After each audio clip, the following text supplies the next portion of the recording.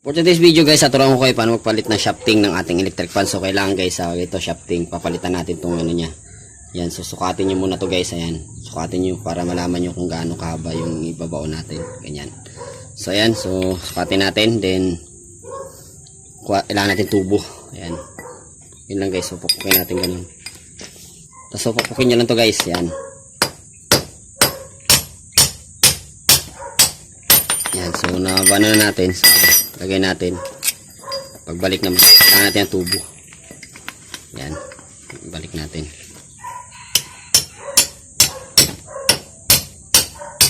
So yun, sukatin natin sukat guys. Parang ano natin. Okay guys, so sukatin natin. Yan. So guys, so ganyan lang kahaba. So ganyan lang magpalit ng ating shafting. Yan, so ganyan lang kadali. So kailangan natin ng tubo para ano, martilyo. So ganyan na guys, so dito na lang tatapusin yung vlog.